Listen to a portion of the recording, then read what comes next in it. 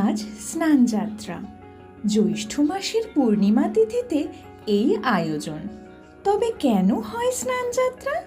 পুরাণ অনুযায়ী জানা যায়, ইচ্ছা প্রকাশ করেছিলেন স্বয়ং প্রভু জগন্নাথ। মহারাজ ইন্দ্রদম্নুকে বলেছিলেন আবির্ভাব তিথিতে যেন তাকে বাইরে মণ্ডপে এনে স্নান করানো হয়।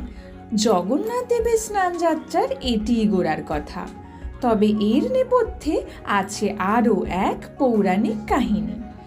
কলিতে যিনি জগন্নাথ, বিশ্বাস মতে দাপরে তিনিই তো ছিলেন কৃষ্ণ। গোপীদের স্নান আর বস্ত্রহরণের কাহিনী তো সবাই জানে। সেদিন রাধারানী প্রতিজ্ঞা করেছিলেন এমন দিন আসবে যখন জগতের সামনেই হবে জগতের প্রভুর স্নান।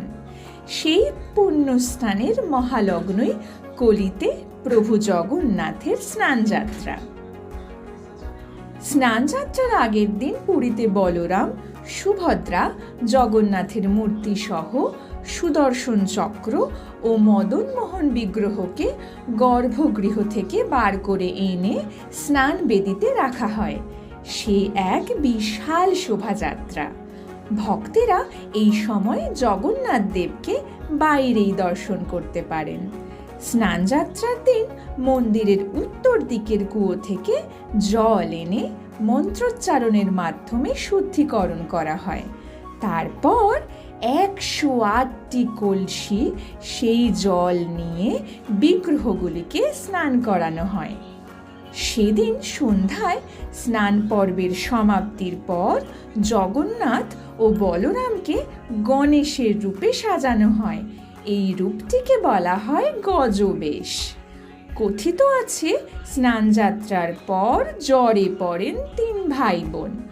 14 দিন জগন্নাথ, বলরাম, সুভদ্রাকে আলাদা একটি ঘরে রাখা হয়।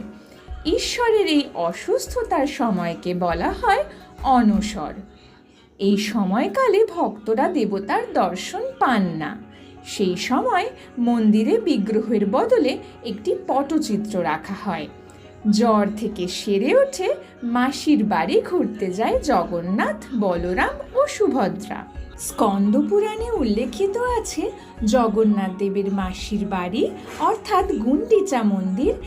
যেসব ভক্তগণ জগন্নাথ দেবের শ্রী বিগ্রহ দর্শন করেন অশ্বমেধ যজ্ঞের সমান পুণ্যফল অর্জন করে এবং গুন্ডিচা মন্দির অর্থাৎ পুরীকে মর্ত্যের বৈকুণ্ঠ বলা হয়। এরই সাথে এই বিশেষ স্নানযাত্রার দর্শন যে কোনো